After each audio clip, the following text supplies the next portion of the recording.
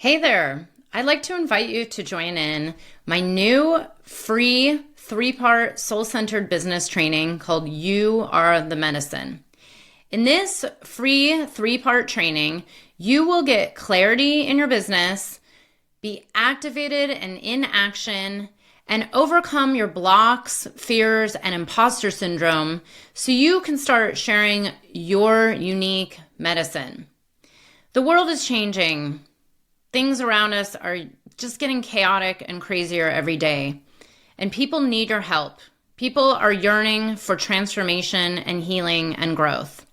If you feel the call to be a soul-centered, heart-led coach, healer, therapist, psychedelic pioneer, or other kind of transformational service-centered entrepreneur, I invite you to join us at You Are the Medicine free 3-part business training. The link is right here. You can sign up for free, and I hope to see you soon.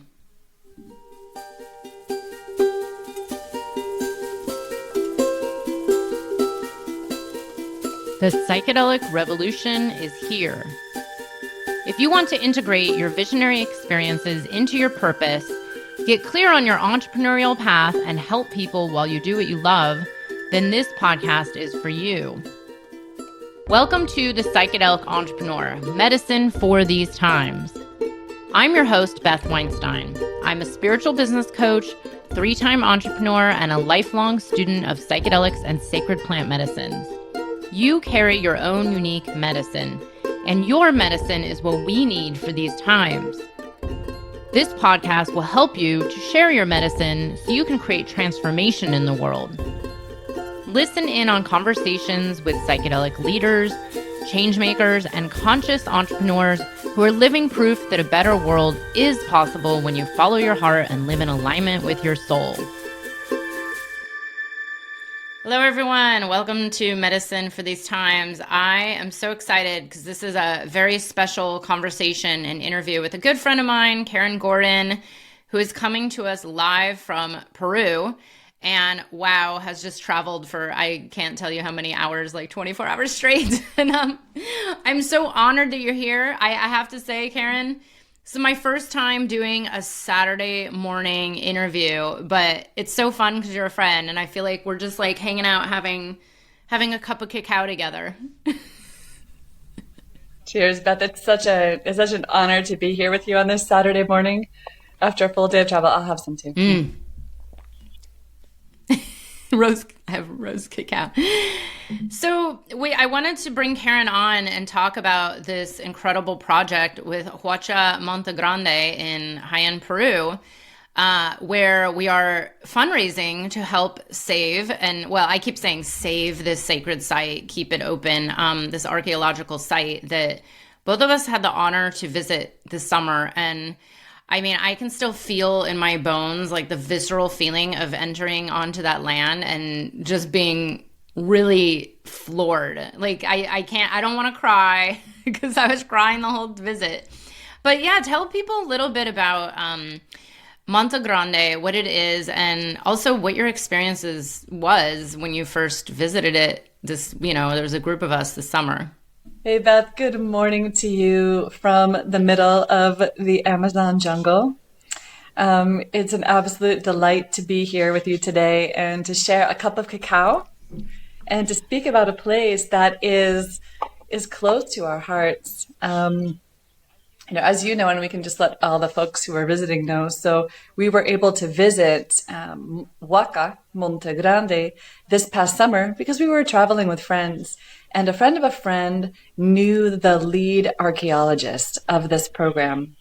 And this program is actually run by a nonprofit organization, a Peruvian nonprofit organization called ASICAMPE, which is in English means the Association for Scientific Research of the Peruvian Amazon. So we were all really excited to go. And so I know that we were all floored when we entered this incredible temple space. As soon as I arrived, my whole idea as to like what archaeology is or what it could be completely changed. because I think previously I had thought, oh, an archaeologist is somebody who is kind of digging up fossils or is, like so many things. And for me to be able to see a group of people working really quietly, very silently, barefoot, with tiny little brushes and with little like magnifying glasses. And there was a type of harmony in the space that just kind of, I believe it opened all of our hearts. And to hear Dr. Quirino Oliveira speak about the history of this place brought tears to all of our eyes. And I think that those tears are what's still driving this beautiful project. These tears of awe, these tears of gratitude to be able to be in a place that is at least 6,000 years old. One of the things that we learned is that this temple space is the oldest in Peru that has been found so far. It's the only one in the entire Amazon that's chosen, I feel, and so many of us feel like, to reveal itself. This is not a place that's being dug upon. But as our friend Susan has talked about, she really felt like, and we all feel like, this temple, as does this archaeological team, this place wanted to be discovered.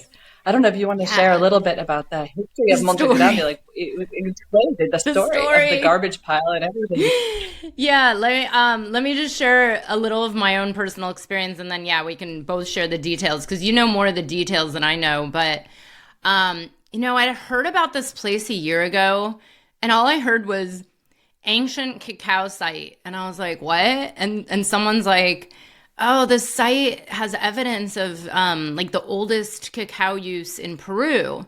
And this area of Peru is known for cacao and coffee. It's the high jungle of the Amazon region. And I was like, my eyes lit up, and I'm like, what? Like, I've never been to a cacao connected sacred site.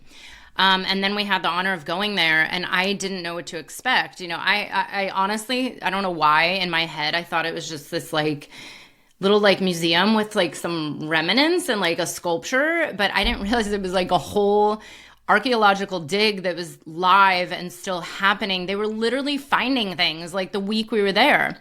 So when I went, or when we all went, it was definitely this heart-opening experience. It was four guys in this whole site, and they were working barefoot. And when they, of course, what else would you expect from people doing this sacred work in Peru?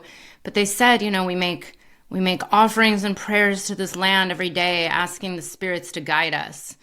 And I was like, well, yeah, of course. You're not just an archaeologist doing this kind of very patient, like imagine like uncovering pieces of dirt and rock all day long for 14 years. So this is a story I know, and I want Karen, you fill in the details. And this is where it's like, I do really believe in my heart and soul that cacao as a sacred plant has made it onto the world stage.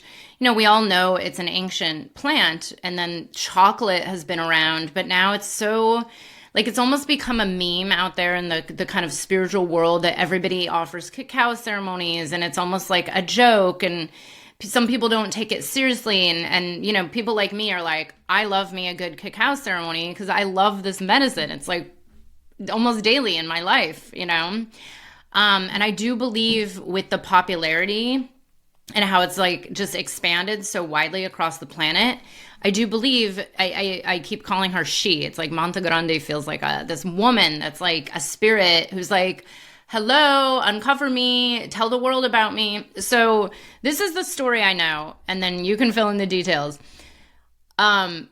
This site is on top of a hill outside of kind of on the outskirts of high-end Peru, in this high Andes or high jungle in the Andes, the edge of the Andes. And all I know is this part about there was a church built on this piece of land. And I don't really know the history of why they built the church there, but I remember the story was like, families would bring their children to church, and the children were just like, I keep saying the children were just like wonky.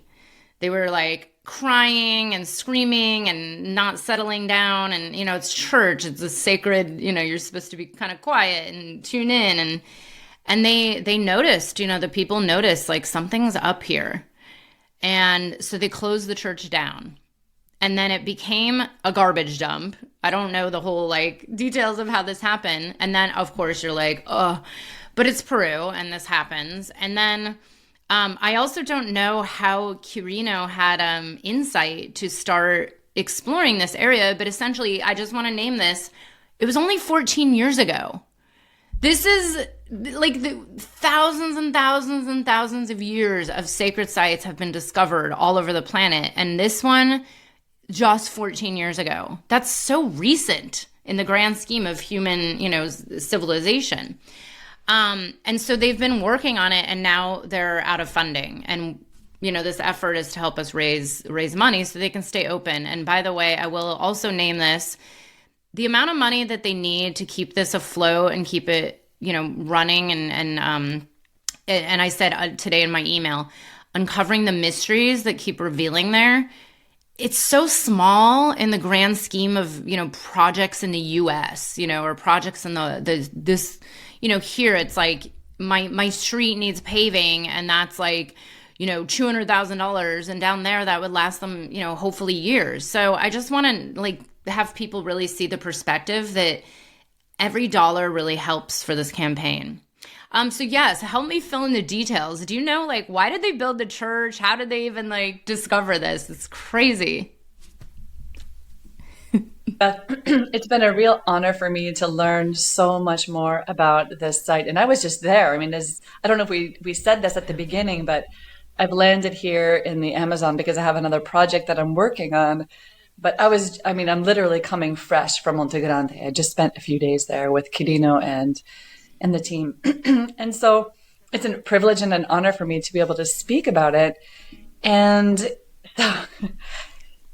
if we can just imagine, it makes a lot of sense where this temple space is located, because it's actually located in the center of the Huaca Valley. When we stand on the mound of what is now Huaca, Montegrande, and you just look 360 and, in all directions, what we see are these beautiful plains that are used for agriculture. We also see some human settlement, but then we also see the mountains, right? So it makes perfect sense why maybe 8,000 years ago or 6,000 years ago, we still don't know because the excavation's not done, that there was a temple space that was built in a mound.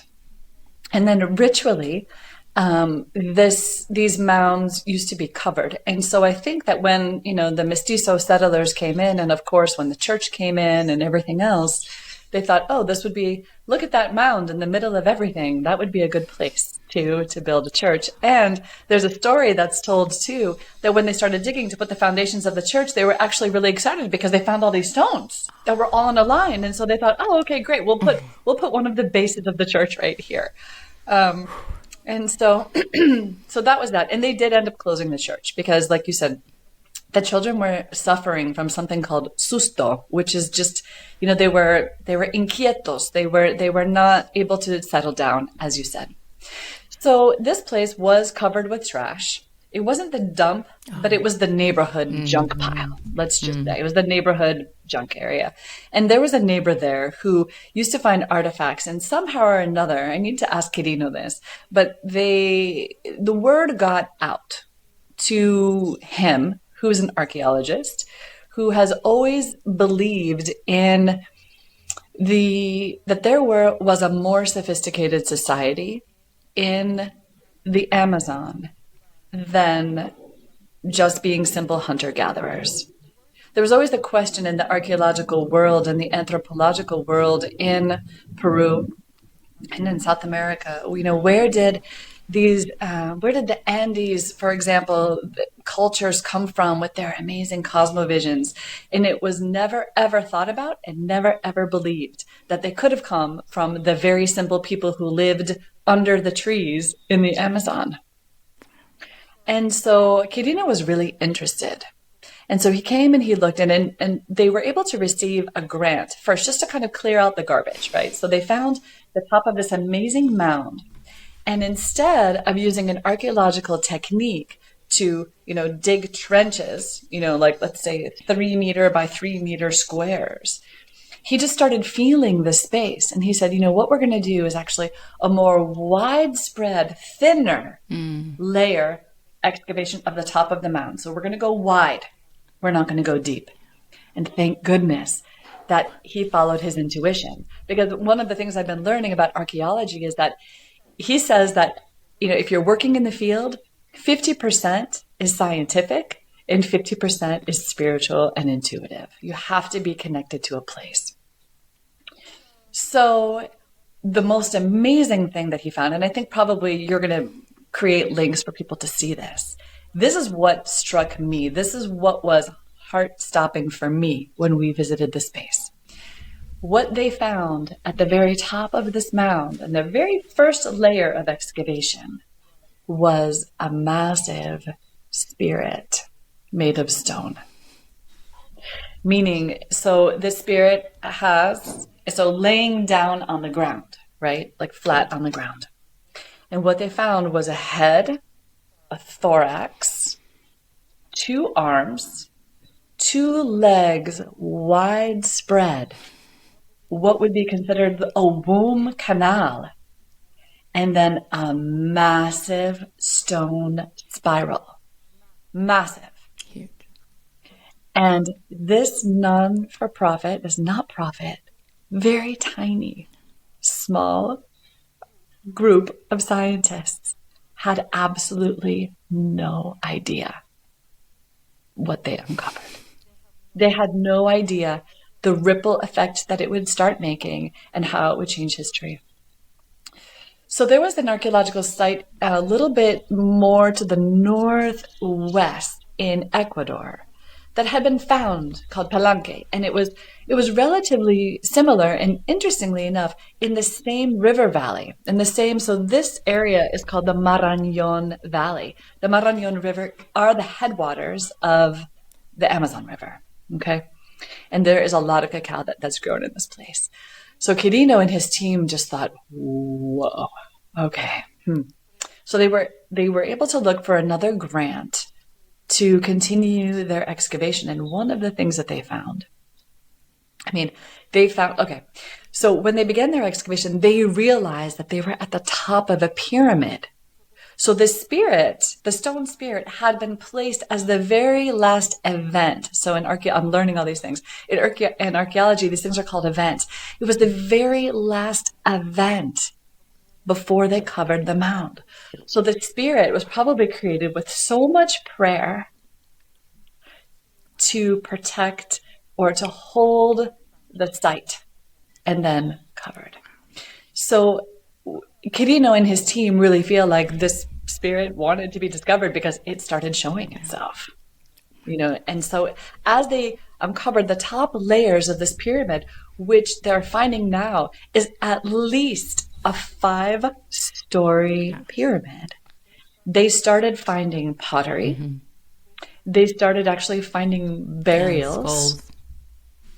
They found skulls. They found what I learned just yesterday or 2 days ago was the difference between a primary burial and secondary burials. They found a lot of secondary burials. A primary burial is where somebody, dies and then they're buried in the site. A secondary burial is where perhaps it could have been medicine men or medicine women or people of, high religious stature were buried elsewhere, but had already been buried. But then they were covered in clay and brought to the site in order to provide guidance for the person who they believe is buried at the center of the temple. So they started finding all of these things. And we're talking about the very first layers.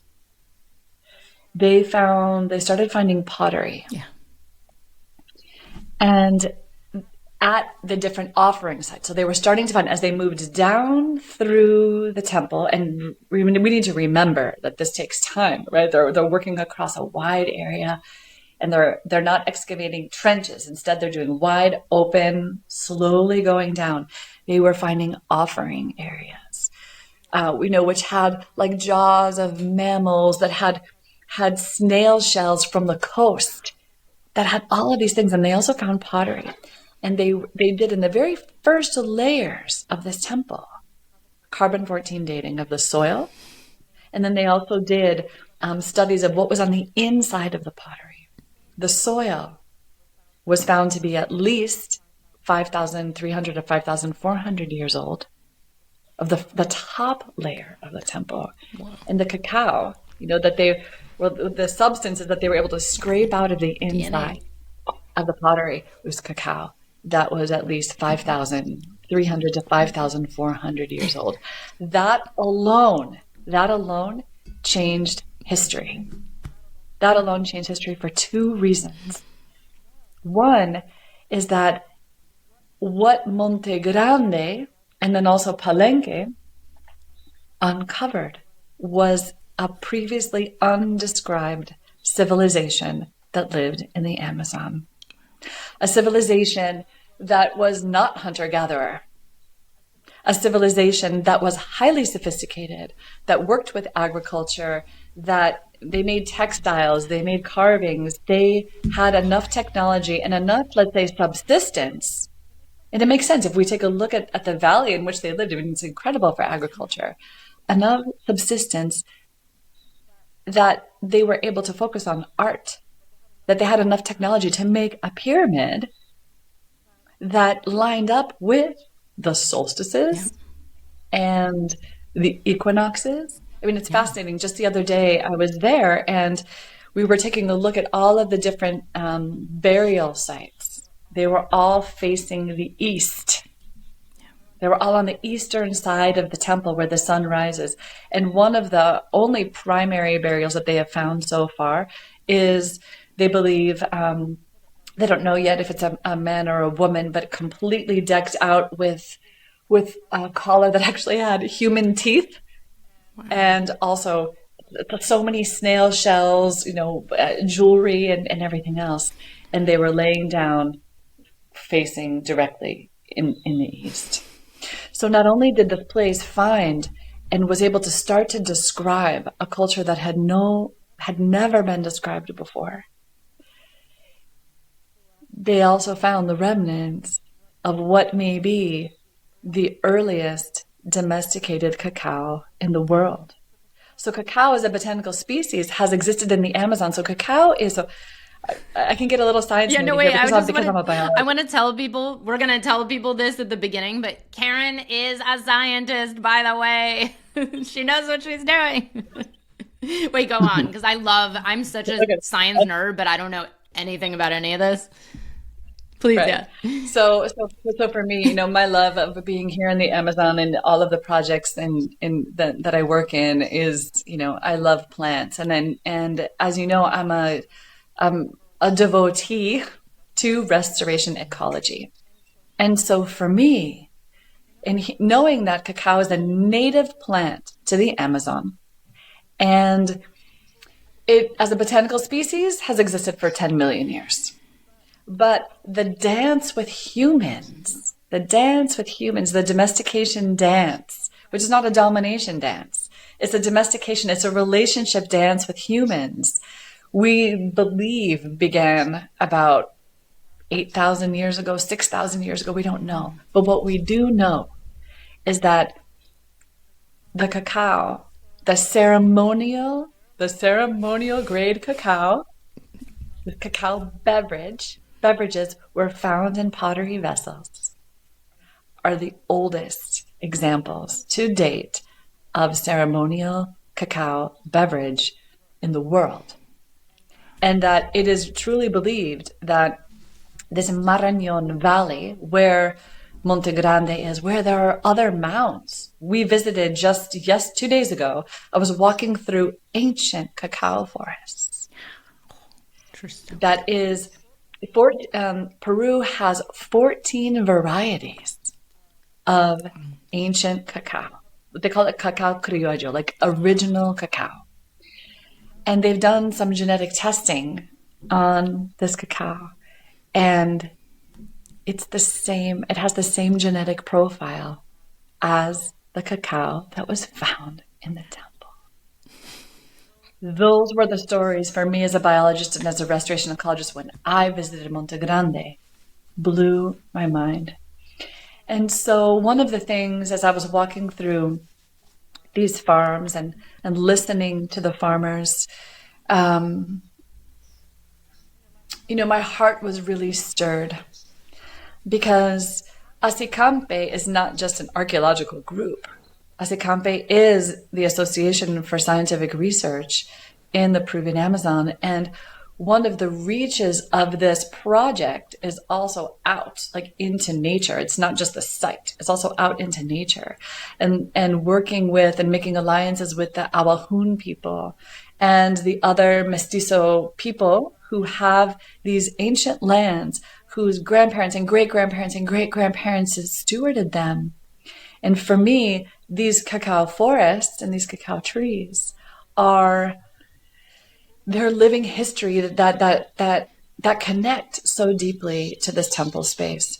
And so for me, one of the reasons why I'm so passionate about this project is for me, the Huaca Montegrande represents a piece of this great cry that we have in the world of saving and protecting the Amazon, which is one of the greatest living laboratories and one of the greatest stores of history in the world. For me, as we support the Huaca Montegrande site and as we support Asicampe, which is the nonprofit group, we are not only helping to support this incredible cultural heritage from the past. I mean, we still have like 3 more meters to go to excavate. This temple could be, we know it's much older than 5,500 or 6,000 years old. Because, well, not only are we able to help preserve this place and to allow the studies to keep on happening, we also have the opportunity to conserve biodiversity as well. Because let's remember that cacao is a native plant. It's a native tree. And a lot of these farmers in the area are feeling a lot of pressure around the development. People are selling their farms. They're being encouraged to cut down the ancient trees and to plant genetically modified cacao or to cut down the native trees and then graft genetically modified,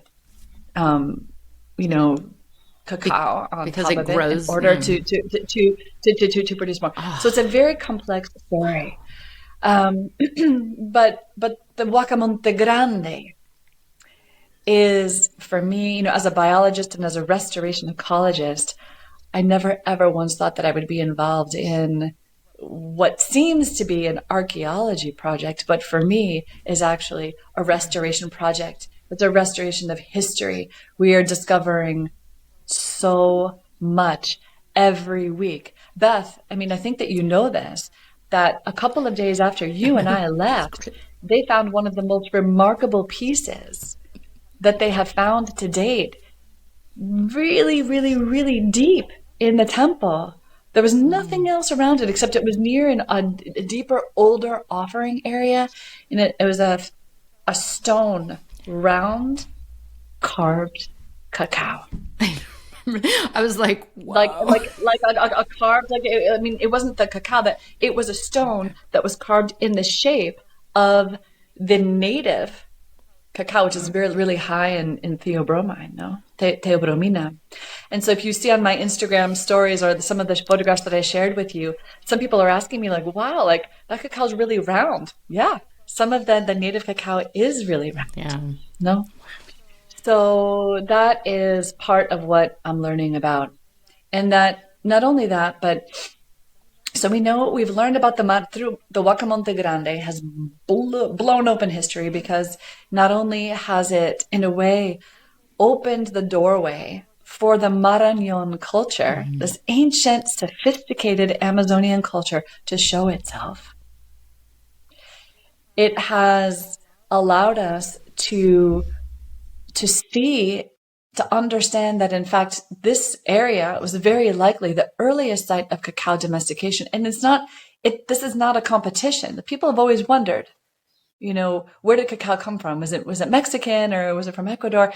In a way that doesn't necessarily matter, but we have the scientific evidence that was published in a paper just in March by 24 other scientists from around the world. They're called archaeogenomic scientists who study the genetic material of plants and follow their pathway through domestication, just like corn or just like other things. We have done this with cacao, and Montegrande is sitting in an area that I would say is the absolute cradle of where cacao has come from. Oh my God. Right.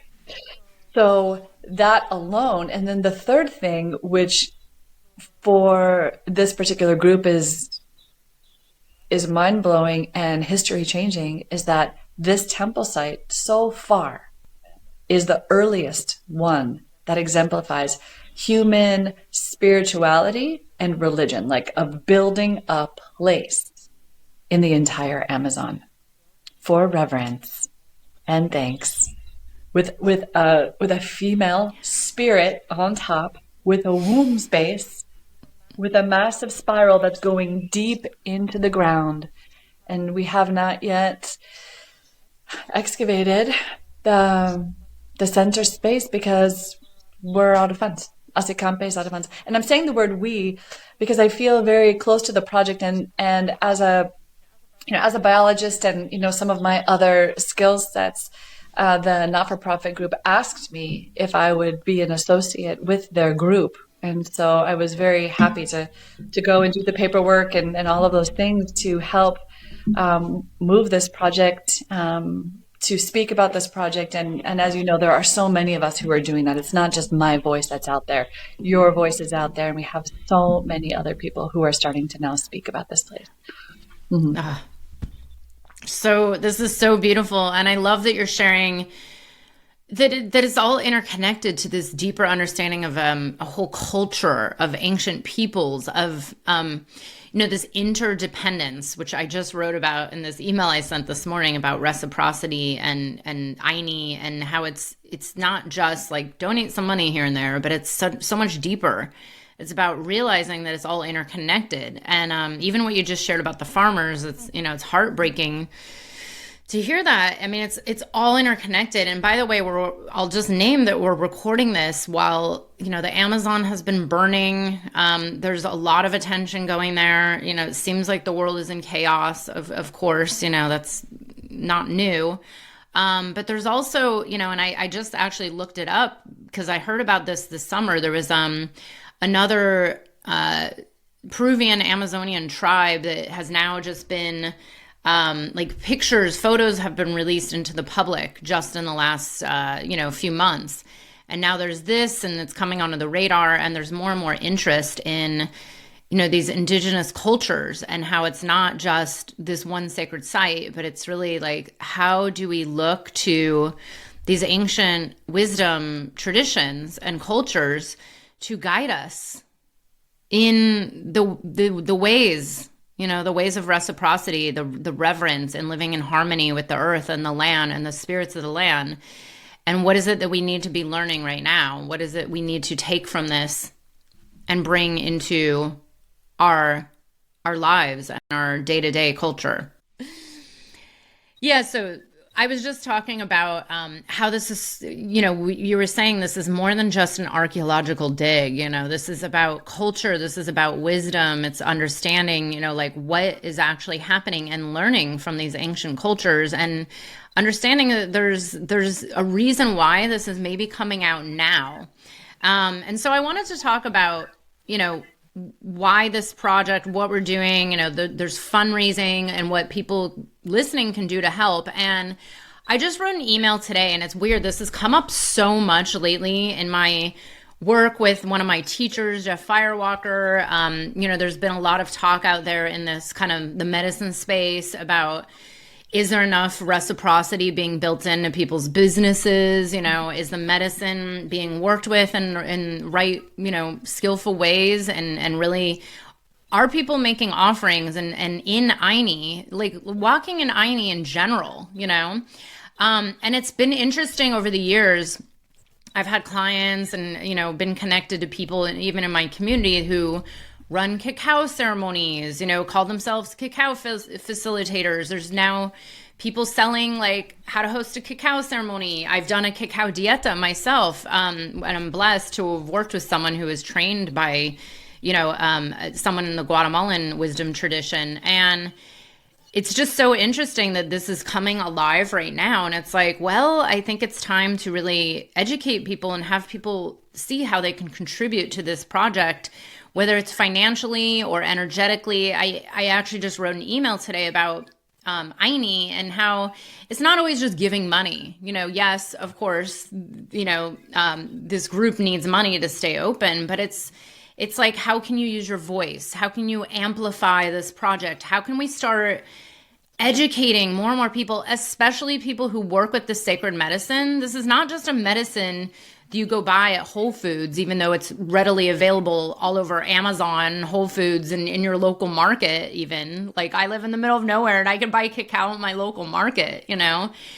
So that's what, you know, this is all about is really education and reciprocity and bringing this forward and showing that, you know, yes, we would love anybody to donate, but even if you just share or even take the time to learn about it, to be able to then share it, bring it into your cacao circles, bring it in, you know, make an offering. And when I say make an offering, it's like Karen and I and a few of us did this when we were there at Huaca, Montegrande this summer.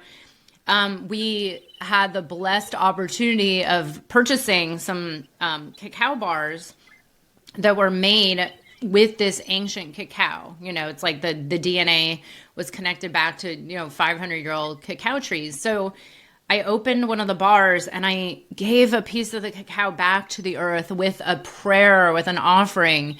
You know, it's so simple. I always say, you know, we always have hair, one strand of hair given with your heart back to the earth and making an offering. You know, it's just like this simple prayers, but also those of you listening, you know, you have maybe friends, community members, and this is what we wanted to talk about is how you can share and where the money goes to. And then Karen, yeah, tell a little bit about this hummingbird story, which I do remember, but I'm like, no, that wasn't me that shared it. But yeah, we were imagining 500 hummingbirds getting involved.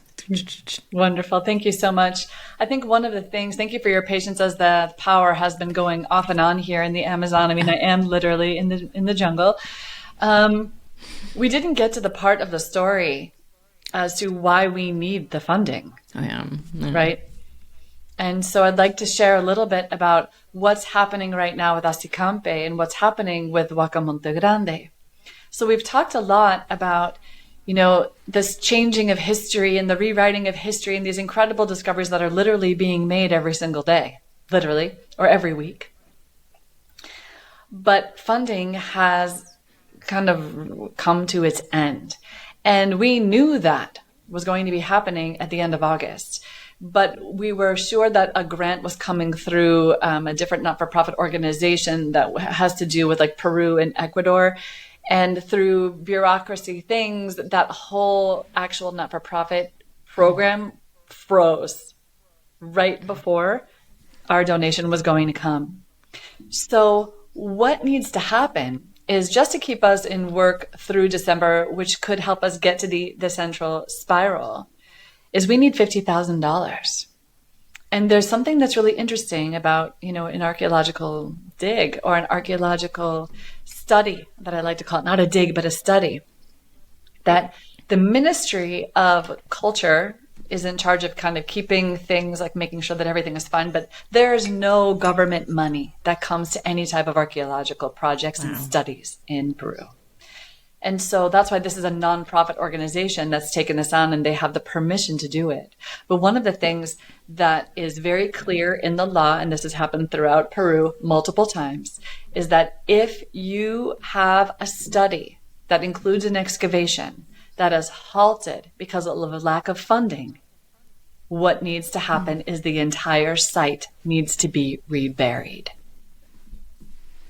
And they do that because of, the Peruvian government understandably would like to protect national patrimony. But after 14 years of being in this process, and after 14 years of fundraising, and after 14 years, and every week we're getting to this really amazing place, this critical moment, to have to halt and then to bury this temple? Like, no.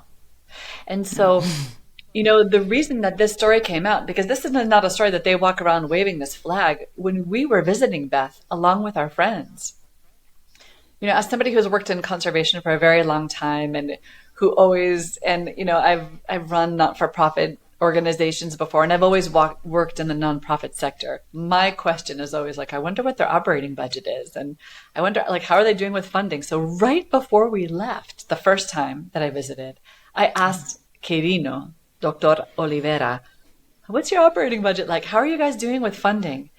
And he got really quiet, and I sensed something in him, and he said, and he did not mention this to us at all. Yeah, that's true. Right? That's how noble he is. And he said, we're almost out of funding. We might need to rebury this site. And when our group of friends heard about this, we said, no way. But then we asked, what can we do to help? And so, pardon me, I did go back to the Huaca, Montegrande, and I spoke with him. And then when I went back to Costa Rica, we had a few more phone calls. And we were just trying to stay open, and among many of us, including other friends who had gone to visit, like Susan went, our friend from New York, went and subsequently. And then she called me when she came back. And she said, wow, Karen, what can we do? And I just kept on thinking about fiscal sponsor, because in the United States, most people prefer to donate to a 501c3 organization where you can make a charitable contribution, get a tax write-off. And Susan was looking for some avenues, and our friend Laura was looking for some avenues. You were looking for, there were many of us who were just open to this idea of who could be a fiscal sponsor, a 501c3 fiscal sponsor. And then our friend Laura actually found one, and she connected me to them. I had a phone call. I told the story. And typically to become a sponsee, it's a huge process. And I think that the energy of Montegrande was so present. And she said, no, we're doing this right now. We're signing a contract, and we will be your 501c3 fiscal sponsor. So I called Asicampe and Don Quirino, and I said, listen, we have an incredible opportunity here. So it's one thing to be looking for, massive grants and all those things, but those take time. And what we need money now, this month, because this is the month that we have to report to the Peruvian government. We're kind of stalled here. And then a supervisor will come and they will say, okay, the site needs to be closed. And so, so we are partnering with the Abundant Earth Foundation, and they do amazing work all throughout the planet. They have projects in Africa and Indonesia that they fiscally sponsor. And so when people make a donation to the Abundant Earth Foundation, and we have a page that you can share, Beth, that not only is it helping Asicampe and the Huaca Montegrande project as a reciprocity offering from our community, it's also helping to amplify amazing work that's happening throughout the world. And so here's the hummingbird story. There was an anthropologist who was speaking, Alfredo Cerdas, I think he's from Chile, and he was speaking about Montegrande not too long ago on an Instagram live in Spanish. And he was saying how there is this old story from the jungles and in many cultures where the forest is completely on fire, kind of like what's happening here in the Amazon. I can smell the smoke in the air here right now. And the jaguar, the otorongo, was telling all the animals, okay, everybody needs to get out, save yourselves, get out. It's time to go. And the jaguar's there just making sure that, the community of animals is safe. And he sees this little hummingbird that's tiny and is flying over to get a little drop of water and putting it on the fire and going over. And the jaguar's like, what are you doing? And it was almost making fun of this little hummingbird and scoffing at it. and saying, come on, go. And the hummingbird very nobly, very proudly said, I'm doing my part. And so when we heard the story together, we talked about this as a group of friends, and we said $50,000 is nothing. $50,000 is 500 people making a $100 donation. We can save an ancient temple site. And we can support a not-for-profit organization that is helping to educate and to protect world heritage, which also includes the farmers, the lands, the native ancient species of cacao, and a temple site that has so much more story to reveal. So any of us, I'm not a cacao facilitator. I've always wondered how I would be in service with cacao, and now I understand partly what my service is. It's as a biologist and as somebody who is bilingual and somebody who can be a bridge and somebody who has a voice. And one of the things that we realize is we need to get this story out to our community that wraps cacao has traveled the world. It's traveled the world in the north, the south, the east, and the west. Chocolate is one of the most gifted gifts. It's present when we're grieving. It's present when we're celebrating.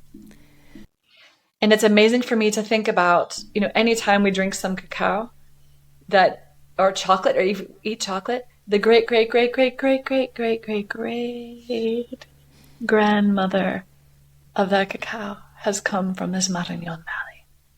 And so for me, just like when I love to come to the Amazon to work and, dig and plant trees and study, I also come and give the greatest of thanks and the greatest of praise to the greatest medicines that also come from this place. It's my offering.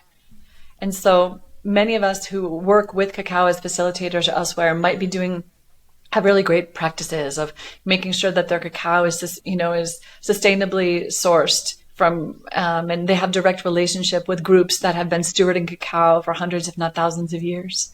And that's a beautiful thing. And thank you so much for doing that.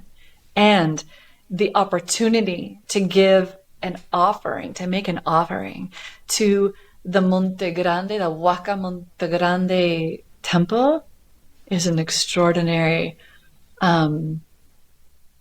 it's an extraordinary offering for these extraordinary times. And it's needed now.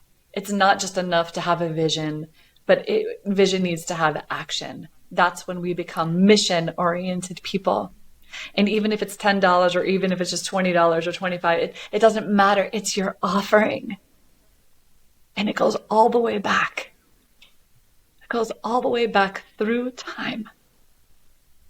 I think about the thousands, look, now I'm getting all teary. I think about the hundreds and the thousands of people that it took to build this incredible temple. And I was looking at the stones the other day, and I was imagining our entire cacao community around the world that's English speaking, and that's offering ceremony, and that's doing education. And I thought, as I saw every single stone, each one of these stones was placed by human hands with a human heart in reverence.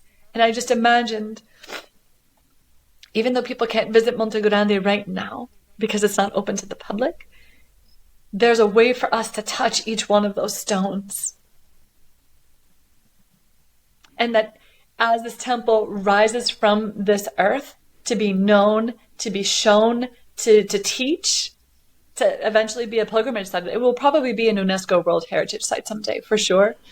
That it's like when a baby is born, it needs a community to support it. And I just felt the worldwide cacao community that's in the north, I'm speaking to people in New Zealand, I'm speaking to people in the UK, I'm speaking to people in France, I'm speaking to people in the United States. Like, we need to know about this place and we need to support it. And as we support it, we're also supporting a not-for-profit group in the Amazon that is not just excavating, but doing so much more for the restoration of culture, the restoration of lands, and the protection of native species, which cacao is. And so we have the opportunity to do that. It doesn't take much. It just takes a little bit of action. There's no such thing as it's too little. Like, oh, I can't make $100. It's okay. Make a baby hummingbird donation. Maybe there's going to be somebody else who will bring in the big eagle egg or a big ostrich egg. Yes. And and it's all tax deductible if you're in the United States. And so if you're a cacao company, or if we get to do this. What a beautiful opportunity we all have to come together in a common mission. We get to talk to the people who come to our cacao ceremonies. We get to talk to the people who come to our chocolate shops. We get to do this now, this month. This month, when I think about, Halloween is at the end of this month, and this is really the month in Peru of the ancestors. And on November 1st and on November 2nd, they celebrate here Dia de los Muertos and Dia de los Ancestros. And it feels like we get to be supporting this ancient knowledge and these ancient wisdoms to come out of the ground. And I think about Quirino and the staff that are no longer working at the site. There's just a guard there right now. But one of the guards is an archaeologist. And he's still there, kind of with his little brush. I saw him. He was still with his little brush, taking care of this site that is just extraordinary and is opening to the world.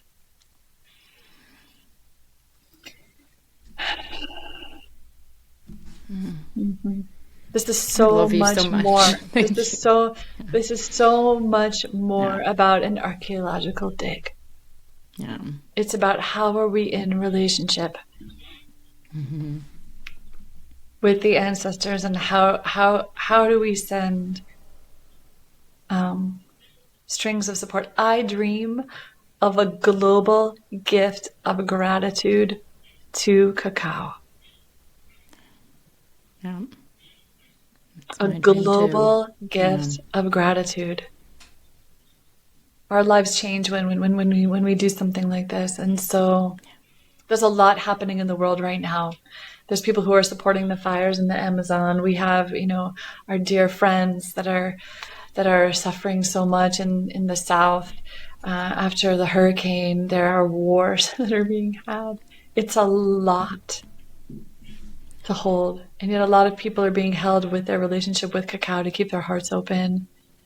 And now the birthplace of cacao needs our attention and our care right now too.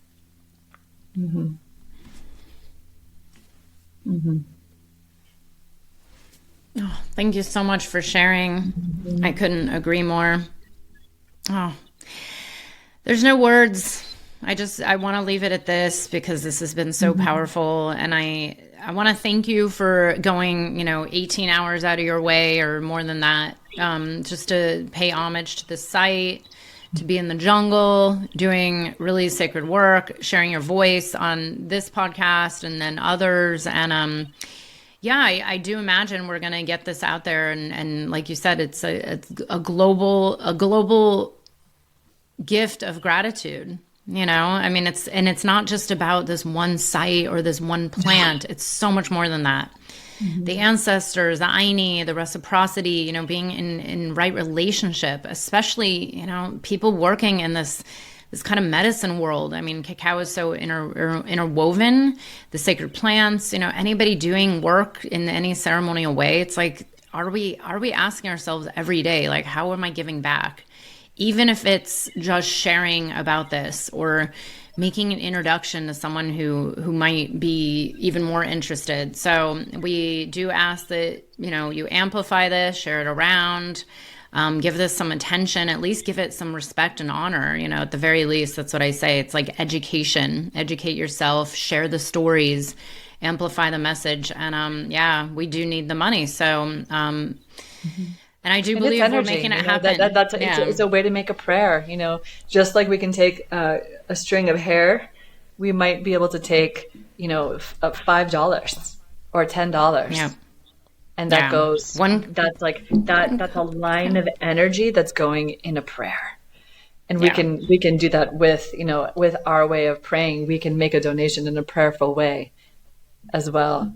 And And it's one way that we get to connect to a site. And by being connected to a project like this, the wave of impact that has back into our lives is massive. And so I definitely encourage people who are listening to this podcast and who are feeling moved to be in contact with Beth. I'm here in the Amazon now for the next 3 weeks, and I am going to be in a pretty remote area. And so I will have some connection. But really, Beth, I think that you might be the best point person for the people who are listening. I'm smiling because I'm seeing a whole group of these beautiful people who I met yesterday, these medicine men and medicine women who have just come from 15 hours overland from the deep Peruvian Amazon, and they're here where I am staying tonight, or where I stayed last night to give a presentation. And they just walked by just as we were talking about reciprocity and the efforts that they're making to also have their messages and their culture known and seen. And so thank you, Beth, for this opportunity to share this message. And, I'm always available for you or for anyone. My ability to be able to be in deep contact, is a little challenging at this moment, but I will make it happen, because where there is a will, there is a way, and will exists because where there's love, there's a way. So here's my dream. And by the way, I've seen this happen once at least, and probably more than once. You're going to come out from being offline and it's going to be like, oh my God, look at all that. Because one of our friends, I won't name names, but one of our friends experienced this once where she came back from the jungle and was like, oh my God, miracles and prayers, and we'll make it happen. And thank you so much for dedicating your early morning in Peru before you head out to deep in. And thank you so much for everybody who can donate. I was thinking, like, even the cost of 1 cup of cacao, if you donate that much, that's it. It's like, give up 1 cup one day and give the money instead. And that's it. And then share it with your friends, your community, your social media, your emails. Like, just amplify this message and let's make this a global movement. Thank you, Karen. I love you. I love you too, Beth. Thank you so much. Thank you, everybody. I hope you enjoyed the episode.